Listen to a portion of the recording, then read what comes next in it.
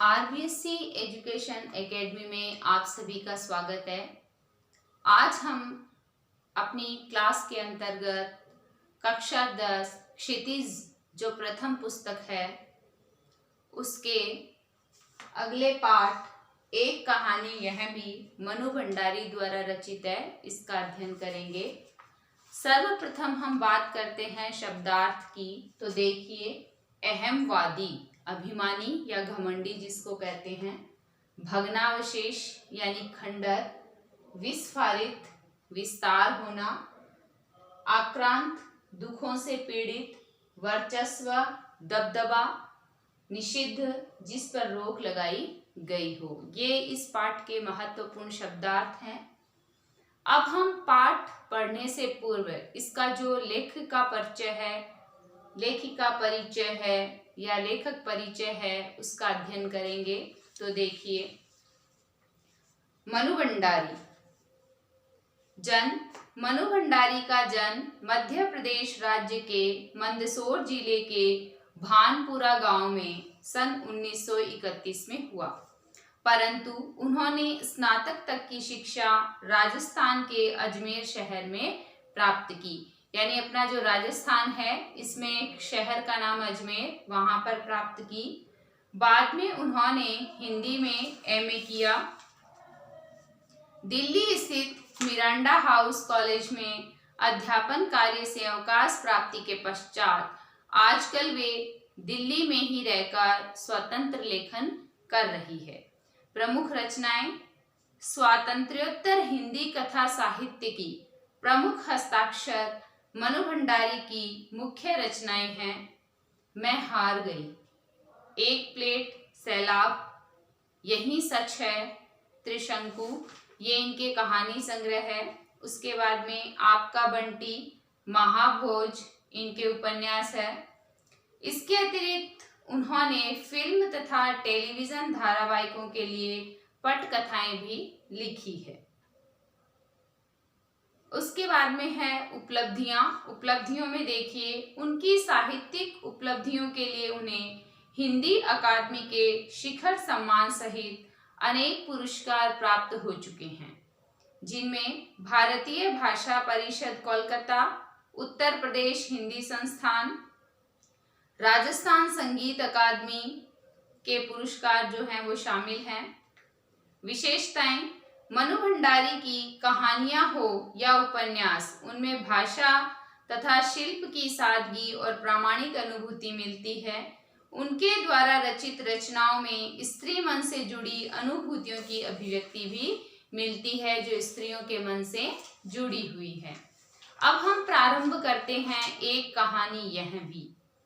देखिए, जन्मी तो मध्य प्रदेश के भानपुरा गांव में थी, लेकिन मेरी यादों का सिलसिला शुरू होता है अजमेर के ब्रह्मपुरी मोहल्ले के उस 2 मंजिला मकान से, जिसकी ऊपरी मंजिल में पिताजी का साम्राज्य था, जहां वे निहायत अव्यवस्थित ढंग से फैली बिखरी पुस्तकों और अखबारों के बीच या तो कुछ पढ़ते रहते थे या फिर डिक्टेशन देते रहते थे। नीचे हम सब भाई बहनों के साथ रहती थी हमारी बेपढ़ी लिखी व्यक्तित्व विहीन माँ। सवेरे से शाम तक हम सबकी इच्छाओं और पिताजी की आज्ञाओं का पालन करने के लिए सदैव तत्पर, हमेशा तैयार रहती थी। अजमेर से पहले पिताजी इंदौर में थे, जहां उनकी बड़ी प्रतिष्ठा थी, सम्मान था, नाम था। कांग्रेस के साथ साथ वे समाज सुधार के कार्यों से भी जुड़े हुए थे। शिक्षा के वे केवल उपदेश ही नहीं देते थे, बल्कि उन दिनों 8-8, 10-10 विद्यार्थियों को अपने घर रखकर पढ़ाया है, जिनमें से कई तो बाद में ऊंचे ऊंचे ओहदों पर पहुंचे, यानी ऊंचे ऊंचे पद को प्राप्त किया। ये उनकी खुशहाली के दिन थे और उन दिनों उनकी दरियादिली के चर्चे भी कम नहीं थे। एक और वे बेहद कोमल और संवेदनशील व्यक्ति थे, तो दूसरी ओर बेहद क्रोधी और अहमवादी, यानी दोनों ही प्रकार की जो विशेषताएं हैं उनके व्यक्तित्व में विद्यमान थी। इसमें से देखो, पहला प्रश्न मैंने लिया है मनु भंडारी का जन्म कहाँ हुआ? तो इस अनुच्छेद की जो पहली पंक्ति है उसमें दिया हुआ है मध्य प्रदेश के भानपुरा गांव में। दूसरा देखिए, मनु भंडारी का बचपन कहाँ बीता? तो अजमेर में। उसके बाद में है लेखिका ने अपनी माँ को कैसा बताया? लेखिका ने अपनी माँ को व्यक्तित्व विहीन कहा है इस अनुच्छेद के अंतर्गत। फिर है लेखिका के पिता किस राजनीतिक पार्टी के साथ जुड़े थे? तो इसमें बताया है कांग्रेस के। फिर है लेखिका के पिताजी का व्यक्तित्व कैसा था? तो लेखिका के पिताजी का व्यक्तित्व एक और बेहद कोमल और संवेदनशील था, तो दूसरी ओर बेहद क्रोधी एवं अहमवादी था। अब देखो, गद्य का पाठ हो चाहे पद्य का पाठ हो, उसकी व्याख्या जरूर आती है और व्याख्या के अंतर्गत वही पॉइंट्स लेने होते हैं। जैसे सप्रसंग व्याख्या के अंतर्गत सर्वप्रथम लिखेंगे सप्रसंग, फिर व्याख्या और फिर विशेष।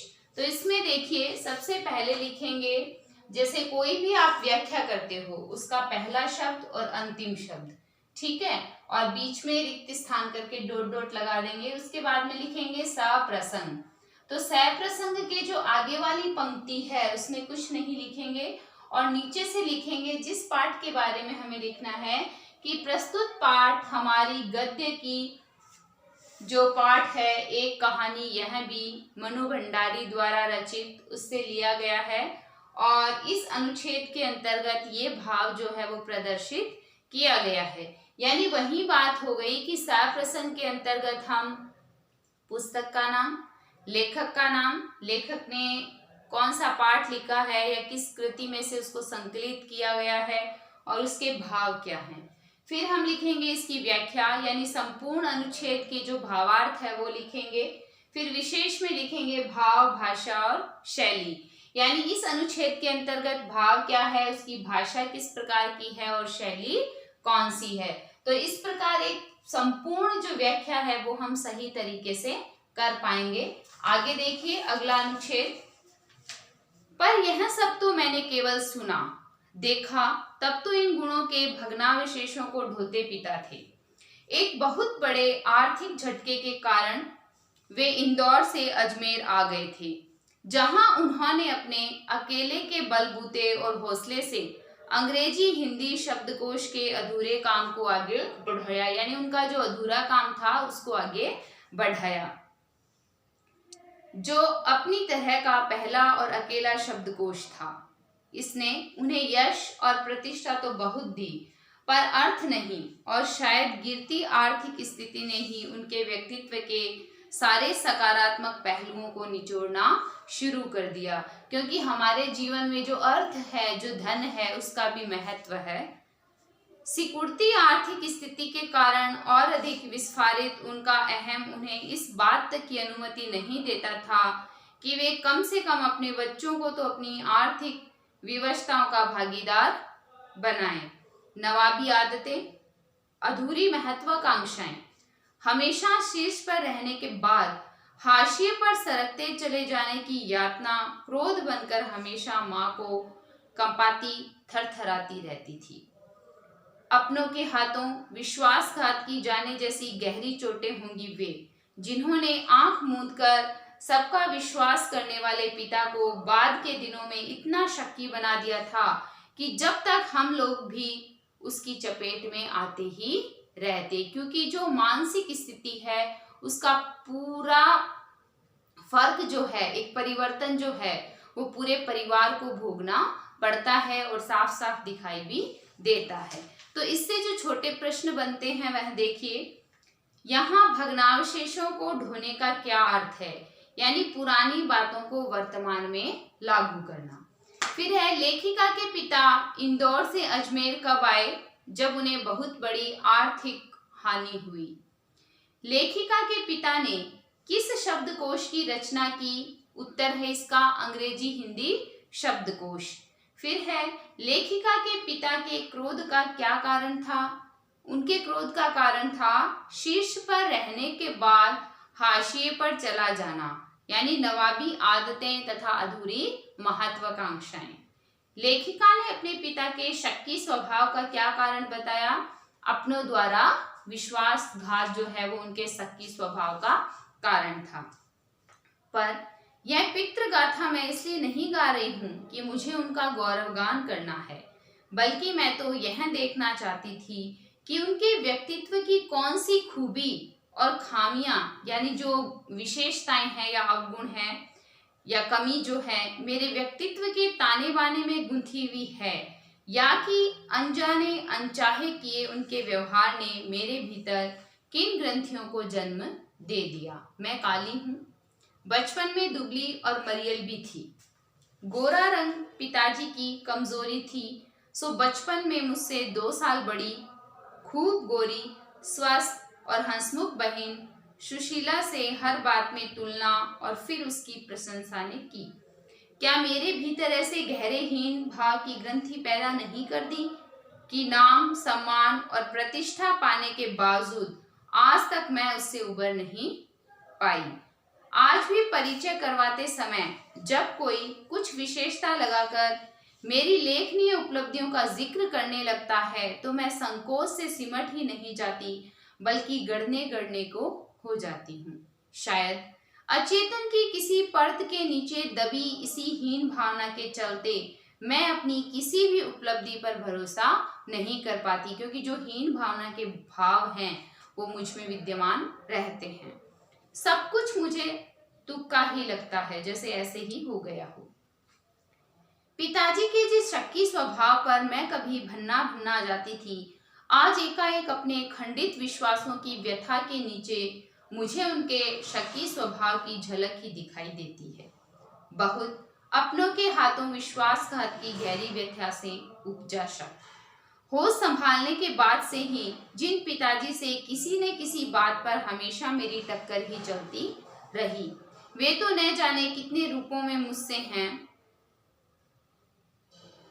कहीं कुंठाओं के रूप में, कहीं प्रतिक्रिया के रूप में, तो कहीं प्रतिछाया के रूप में। केवल बाहरी भिन्नता के आधार पर अपनी परंपरा और पीढ़ियों को नकारने वालों को क्या सचमुच इस बात का बिल्कुल एहसास नहीं होता कि उनका आसन्न यानी पास में ही अतीत किस कद्र उनके भीतर जड़ जमाए बैठा रहता है। समय का प्रवाह भले ही हमें दूसरी दिशाओं में बहा कर ले जाए, स्थितियों का दबाव भले ही हमारा रूप बदल दे, हमें पूरी तरह से मुक्त तो नहीं कर सकता। कहने का अभिप्राय ये है कि हम लाख भुलाने का प्रयास करें, कोशिश करें, फिर भी हमारी स्मृति के अंतर्गत कुछ न कुछ भाव है या कुछ न कुछ बातें हैं जो हमेशा विद्यमान रहती है। इसमें पहला प्रश्न देखिए, लेखिका का रंग कैसा है? जैसा कि उसने कहा है, काला। लेखिका की बड़ी बहन सुशीला बचपन में कैसी दिखाई देती थी? उत्तर है, खूब गोरी, स्वस्थ और हंसमुख। लेखिका ने अपने रंग रूप संबंधी हीन भावना के उत्पन्न होने का मूल कारण क्या था? उत्तर है इसका, अपने पिता का व्यवहार। लेखिका की अपने घर में सबसे अधिक वैचारिक टकराहट किससे थी? अपने पिताजी से। आगे का अनुच्छेद देखिए, पिताजी के ठीक विपरीत थी हमारी बेपढ़ी लिखी माँ। धरती से कुछ ज्यादा ही धैर्य और सहन शक्ति थी शायद उनमें।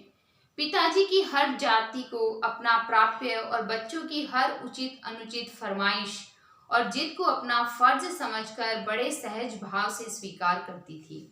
उन्होंने जिंदगी भर अपने लिए कुछ मांगा नहीं, चाहा नहीं, केवल दिया ही दिया। हम भाई बहनों का सारा लगाव शायद सहानुभूति से उपजा माँ के साथ था, लेकिन निहायत असहाय मजबूरी में लिपटा उनका यह त्याग कभी मेरा आदर्श नहीं बन सका। न उनका त्याग, न उनकी सहिष्णुता। खैर, जो भी हो, अब यह पैतृक पुराण यहीं समाप्त कर अपने पर लौटती हूँ। यानी लेखिका कहती है कि मैं अपने पिता और माता की बातों को यहीं पर विराम देती हूँ। तो इस अनुच्छेद से जो प्रश्न बनते हैं वो देखिए, लेखिका की माँ कैसी थी? इस अनुच्छेद के अंतर्गत उत्तर है, अनपढ़ तथा धैर्यवान। लेखिका की माँ किसे अपना प्राप्य समझा करती थी? पिताजी की हर ज्यादती को। लेखिका अपने व अपने भाई बहनों का माँ के प्रति लगाव का क्या कारण बताती है? माँ के प्रति उनके लगाव का कारण शायद उनके प्रति सहानुभूति अथवा उनकी विवशता थी। माँ का त्याग लेखिका का आदर्श क्यों नहीं बन सका? क्योंकि उनका त्याग उनकी असहाय विवशता में लिपटा हुआ था। अगला अनुच्छेद देखिए, लेखिका इसमें क्या कहती है। लेखिका कह रही है, 5 भाई बहनों में सबसे छोटी मैं। सबसे बड़ी बहन की शादी के समय मैं शायद 7 साल की थी और उसकी एक धुंधली सी याद ही मेरे मन में है। लेकिन अपने से 2 साल बड़ी बहन सुशीला और मैंने घर के बड़े से आंगन में बचपन के सारे खेल खेले थे। सतोलिया, लंगड़ी टांग, पकड़म पकड़ाई, काली टीलो, तो कमरों में गुड्डे गुड्डियों के ब्याह भी रचाए, पास पड़ोस की सहेलियों के साथ। यूं खेलने को हमने भाइयों के साथ गिल्ली डंडा भी खेला और पतंग उड़ाने, कांच पीस कर मांझा सूतने का काम भी किया। यानी लड़के वाले खेल भी खेलती थी और लड़कियों वाले खेल भी खेलती थी।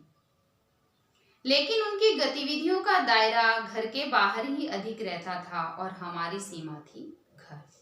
हाँ, इतना जरूर था कि उस जमाने में घर की दीवारें घर तक ही समाप्त नहीं हो जाती थी, बल्कि पूरे मोहल्ले तक फैली रहती थी। इसलिए मोहल्ले के किसी भी घर में जाने पर कोई पाबंदी नहीं थी, बल्कि कुछ घर तो परिवार का ही हिस्सा थे। आज तो मुझे बड़ी शिद्दत के साथ यह महसूस होता है कि अपनी जिंदगी खुद जीने के इस आधुनिक दबाव ने महानगरों के फ्लैट में रहने वालों को हमारे इस परंपरागत पड़ोस कल्चर से विच्छिन्न करके हमें कितना संकुचित, असहाय और असुरक्षित बना दिया है। मेरी कम से कम 1 दर्जन आरंभिक कहानियों के पात्र इसी मोहल्ले के हैं, जहां मैंने अपनी किशोरावस्था गुजार अपनी युवावस्था का आरंभ किया था। लेखिका कह रही है, 1-2 को छोड़कर उनमें से कोई भी पात्र मेरे परिवार का नहीं है। बस इनको देखते सुनते इनके बीच ही मैं बड़ी हुई थी, लेकिन इनकी छाप मेरे मन पर कितनी गहरी थी, इस बात का एहसास तो मुझे कहानियां लिखते समय हुआ। इतने वर्षों के अंतराल ने भी उनकी भाव भंगिमा, भाषा किसी को भी धुंधला नहीं किया था और बिना किसी विशेष प्रयास के बड़े सहज भाव से वे उतरते चले गए थे। उसी समय के दास साहब अपने व्यक्तित्व की अभिव्यक्ति के लिए अनुकूल परिस्थितियां पाते ही महाभोज में इतने वर्षों बाद कैसे एकाएक जीवित हो उठे, यह मेरे अपने लिए भी आश्चर्य का विषय था, एक सुखद आश्चर्य था। लेखिका कह रही है, फिर वो कहती है, उस समय तक हमारे परिवार में लड़की के विवाह के लिए अनिवार्य योग्यता थी उम्र में 16 वर्ष और शिक्षा में मैट्रिक 10वीं क्लास। सन 44 में सुशीला ने यह योग्यता प्राप्त की और शादी करके कोलकाता चली गई। दोनों बड़े भाई भी आगे पढ़ाई के लिए बाहर चले गए। इन लोगों की छत्र छाया के हटते ही पहली बार मुझे नए सिरे से अपने वजूद का एहसास हुआ। पिताजी का ध्यान भी पहली बार मुझ पर केंद्रित हुआ। लड़कियों को जिस उम्र में स्कूली शिक्षा के साथ साथ सुगढ़ गृहिणी और कुशल पाक शास्त्री बनाने के नुस्खे जुटाए जाते हैं, पिताजी का आग्रह रहता था कि मैं रसोई से दूर ही रहूं, यानी मुझे रसोई के पास फटकने नहीं देते थे। रसोई को वे भटियार खाना कहते थे और उनके हिसाब से वहां रहना अपनी क्षमता और प्रतिभा को भट्टी में झोंकने जैसा था। घर में आए दिन विभिन्न राजनीतिक पार्टियों के जमावड़े होते थे और जमकर बहसें होती थी। बहस करना पिताजी का प्रिय शगल था, काम था उनका। चाय पानी या नाश्ता देने जाती तो पिताजी मुझे भी वहीं बैठने को कहते। वे चाहते थे कि मैं भी वहीं बैठूं, सुनूं और जानूं कि देश में चारों तरफ क्या कुछ हो रहा है। देश में हो भी तो कितना कुछ रहा था। सन 42 के आंदोलन के बाद से तो सारा देश जैसे खौल रहा था, लेकिन विभिन्न राजनीतिक पार्टियों की नीतियां, उनके आपसी विरोध या मतभेदों की तो मुझे दूर दूर तक कोई समझ नहीं थी। हाँ, क्रांतिकारियों और देशभक्त शहीदों के रोमानी आकर्षण, उनकी कुर्बानियों से जरूर मन आक्रांत रहता था। फिर आगे देखिए। 10वीं कक्षा तक आलम यह था कि बिना किसी खास समझ के घर में होने वाली बहसें सुनती थी और बिना चुनाव किए, बिना लेखक की अहमियत से परिचित हुए किताबें पढ़ती थी। लेकिन सन 45 में जैसे ही 10वीं पास करके मैं फर्स्ट ईयर में आई, हिंदी की प्राध्यापिका शीला अग्रवाल से परिचय हुआ। सावित्री गर्ल्स हाई स्कूल, जहां मैंने कक हरा सीखा, यानी जो प्राथमिक शिक्षा होती है वो ग्रहण की। 1 साल पहले ही कॉलेज बना था और वे इसी साल नियुक्त हुई थी। उन्होंने बाकायदा साहित्य की दुनिया में प्रवेश करवाया। मात्र पढ़ने को चुनाव करके पढ़ने में बदला, खुद चुन चुन कर किताबें दी।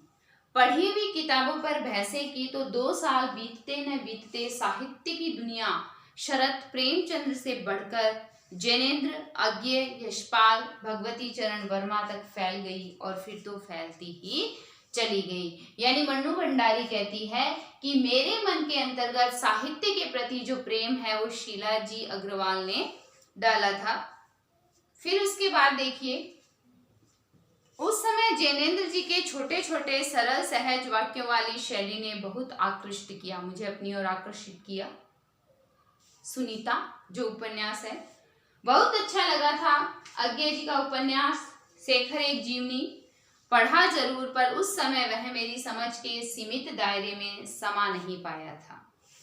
कुछ सालों बाद नदी के द्वीप पढ़ा तो उसने मन को इस कदर बांधा कि उसी झोंक में शेखर को फिर से पड़ गई, इस बार कुछ समझ के साथ। यह शायद मूल्यों के मंथन का युग था।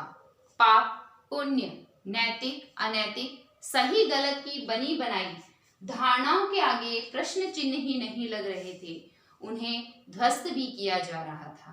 इसी संदर्भ में जैनेन्द्र का त्याग पत्र, भगवती बाबू का चित्रलेखा पढ़ा और शीला अग्रवाल के साथ लंबी लंबी बहसें करते हुए उस उम्र में जितना समझ सकती थी समझा।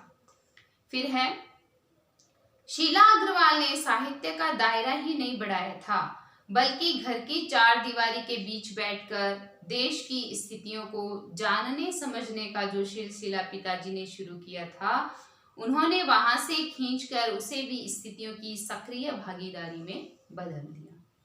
सन 46-47 के दिन वे स्थितियां, उसमें वैसे भी घर में बैठे रहना संभव था भला।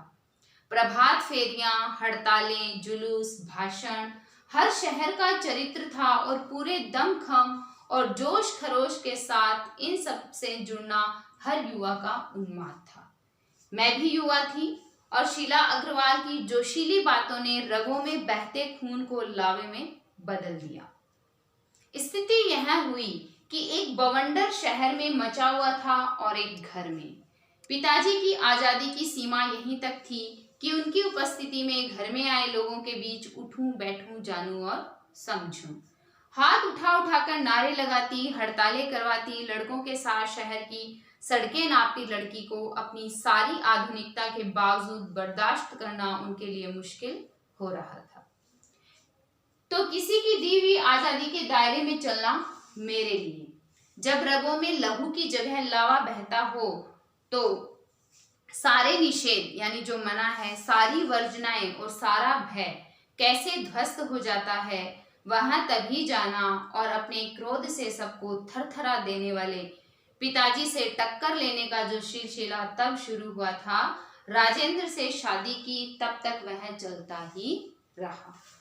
यश कामना, बल्कि कहूं कि यश लिप्सा, यश को पाने की जो लालसा होती है, पिताजी की सबसे बड़ी दुर्बलता थी और उनके जीवन की धुरी था यह सिद्धांत कि उनकी व्यक्ति को कुछ विशिष्ट बनकर जीना चाहिए, कुछ ऐसे काम करना चाहिए कि समाज में उसका नाम हो, सम्मान हो, प्रतिष्ठा हो, वर्चस्व हो। इसके चलते ही मैं 2-1 बार उनके कोप से बच गई थी। एक बार कॉलेज से प्रिंसिपल का पत्र आया कि पिताजी आकर मिलें और बताएं कि मेरी गतिविधियों के कारण मेरे खिलाफ अनुशासनात्मक कार्यवाही क्यों न की जाए। पत्र पढ़ते ही पिताजी आग बबूला हो गए, उनको गुस्सा आया। यह लड़की मुझे कहीं मुंह दिखाने लायक नहीं रखेगी, पता नहीं क्या क्या सुनना पड़ेगा वहां जाकर। 4 बच्चे पहले भी पढ़े, किसी ने भी ये दिन नहीं दिखाए। गुस्से से भन्नाते हुए भी गए, लौटकर क्या कहर बरसा होगा इसका अनुमान था, सो मैं पड़ोस के एक मित्र के यहाँ जाकर बैठ गई।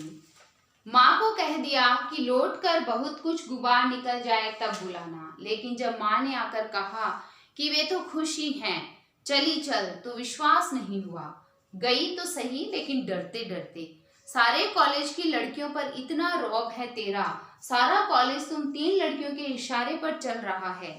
प्रिंसिपल बहुत परेशान थी और बार बार आग्रह कर रही थी कि मैं तुझे घर बिठा लूं, क्योंकि वे लोग किसी तरह डरा धमकाकर डांट डपट कर लड़कियों को क्लासों में भेजते हैं, और अगर तुम लोग एक इशारा कर दो तो क्लास छोड़कर बाहर आ जाओ तो सारी लड़कियां निकलकर मैदान में जमा होकर नारे लगाने लगती है। तुम लोगों के मारे कॉलेज चलाना मुश्किल हो जाता है उन लोगों के लिए।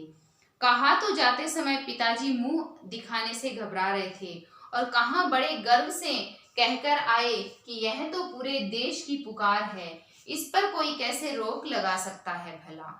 बेहद गदगद स्वर में, यानी खुशी भरे स्वर में पिताजी यह सब सुनाते रहे, और मैं अवाक, मतलब बिना बोले चुपचाप सुन रही थी।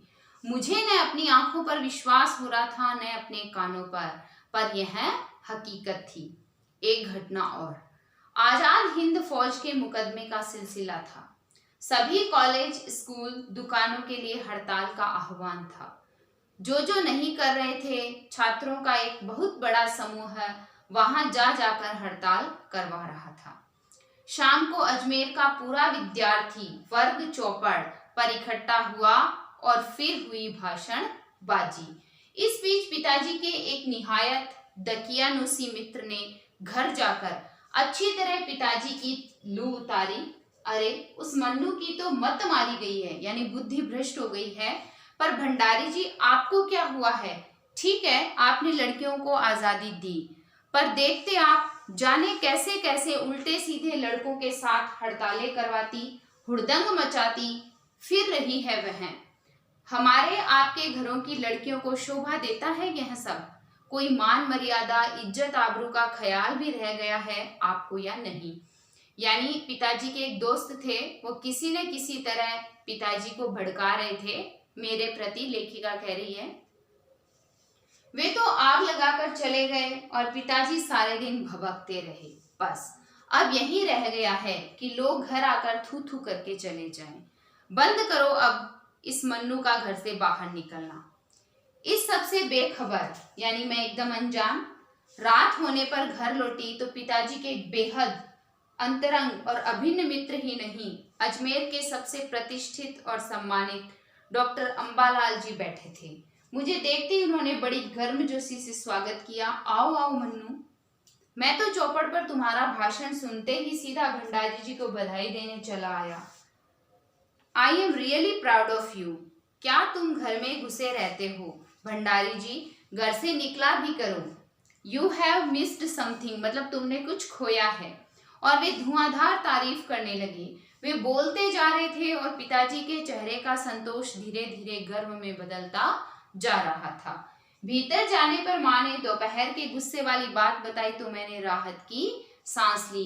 यानी देखो, हमारे समाज के अंतर्गत 2 प्रकार के व्यक्ति होते हैं। एक तो वो होते हैं जो आपके काम को एप्रिसिएट करते हैं, उसकी प्रशंसा करते हैं, और वही बात जब वो आपके घर वालों को कहते हैं तो आपके घर वालों को आप पर नाज होता है। लेकिन कुछ लोग ऐसे होते हैं कि उसी बात में वो नमक मिर्च लगाकर इस तरीके से पेश करते हैं कि आपके घर वालों को आपके प्रति विरोधी कर देते हैं। तो फर्क आपके नजरिए का होता है। इसीलिए कहा गया है कि आप किसी की नजर कमजोर हो जाए तो चश्मा तो लगवा सकते हो, लेकिन जिंदगी भर आप उसका नजरिया नहीं बदल सकते। तो ये डिपेंड करता है आपकी सोच पर। आगे देखिए, आज पीछे मुड़कर देखती हूँ तो इतना तो समझ में आता ही है, क्या तो उस समय मेरी उम्र थी और क्या मेरा भाषण रहा होगा। यह तो डॉक्टर साहब का स्नेह था जो उनके मुंह से प्रशंसा बनकर बह रहा था। या यह भी हो सकता है कि आज से 50 साल पहले अजमेर जैसे शहर में चारों ओर से उमड़ती भीड़ के बीच एक लड़की का बिना किसी संकोच और झिझक के यूं धुआंधार बोलते चले जाना ही इसके मूल में रहा हो। पर पिताजी कितनी तरह के अंतर विरोधों के बीच जीते थे। एक और विशिष्ट बनने और बनाने की प्रबल लालसा, तो दूसरी ओर अपनी सामाजिक छवि के प्रति भी उतनी ही सजग था। पर क्या यह संभव है? क्या पिताजी को इस बात का बिल्कुल भी एहसास नहीं था कि इन दोनों का तो रास्ता ही टकराहट का है, कि ये दोनों बातें जो है वो विरोधी है, यदि एक मिलती है तो दूसरी उससे अलग जरूर होगी। सन 47 के महीने मई में शीला अग्रवाल को कॉलेज वालों ने नोटिस थमा दिया, लड़कियों को भड़काने और कॉलेज का अनुशासन बिगाड़ने के आरोप में। इस बात को लेकर हुड़दंग न मचे, इसलिए जुलाई में 3rd ईयर की क्लासेस बंद करके हम 2-3 छात्राओं का प्रवेश निषिद्ध कर दिया था कि ये जो 3 लड़कियां हैं ये कॉलेज में प्रवेश नहीं कर सकती, इनको मना है। हुड़दंग तो बाहर रहकर भी इतना मचाया कि कॉलेज वालों को अगस्त में आखिर 3rd ईयर खोलना पड़ा। जीत की खुशी पर सामने खड़ी बहुत बड़ी चिर प्रतीक्षित खुशी के सामने यह खुशी बिला गई, मतलब कुछ भी नहीं थी। शताब्दी की सबसे बड़ी उपलब्धि 15 अगस्त 1947, जिस दिन हमारा देश जो है वो स्वतंत्र हुआ था, अंग्रेजों की बेड़ियों से मुक्त हुआ था, गुलाम भारत स्वतंत्र भारत बना था। इसमें देखो कुछ प्रश्न है जो आप खुद बनाओगे, 1-2 फिर भी मैं बता देती हूँ। डॉक्टर का स्नेह किसके लिए प्रशंसा बनकर रह गया था? सर्वविदित है, हमने पढ़ा है, मन्नू के लिए। पिताजी किसके बीच जाते थे? अंतर विरोधों के बीच वो जीते थे, कभी कुछ सोचते थे और कभी कुछ सोचते थे। विशिष्ट बनने के लिए क्या आवश्यक है? अपनी सामाजिक छवि को दांव पर लगाया जाना, तभी इंसान जो है वो विशिष्ट बनता है। क्योंकि जब आप अपने लक्ष्य की ओर आगे बढ़ोगे तो आपको हाथ देने वाला कोई एक मिलेगा, या हो सकता है ना भी मिले, लेकिन आपके टांग खींचने वाले आपको हर कदम पर मिलेंगे। इसलिए यदि आपको अपने जीवन में आगे बढ़ना है तो आपको किसी की बातों की फिक्र किए बिना अपने लक्ष्य पर ध्यान देते हुए आगे बढ़ना पड़ेगा। फिर है शीला अग्रवाल को कॉलेज वालों ने नोटिस कब थमा दिया? सन 1947 मई के महीने में। कॉलेज वालों ने कितनी छात्राओं का प्रवेश निषिद्ध कर दिया था? 2-3 छात्राओं का।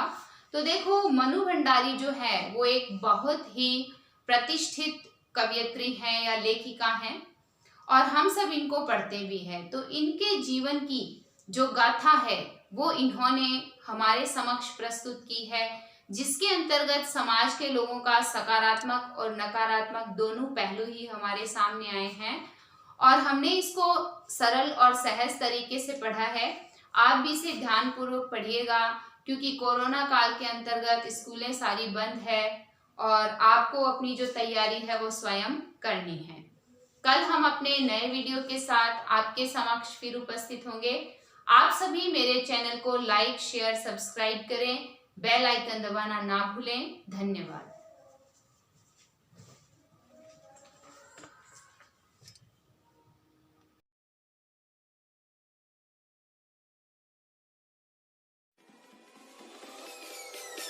Peace.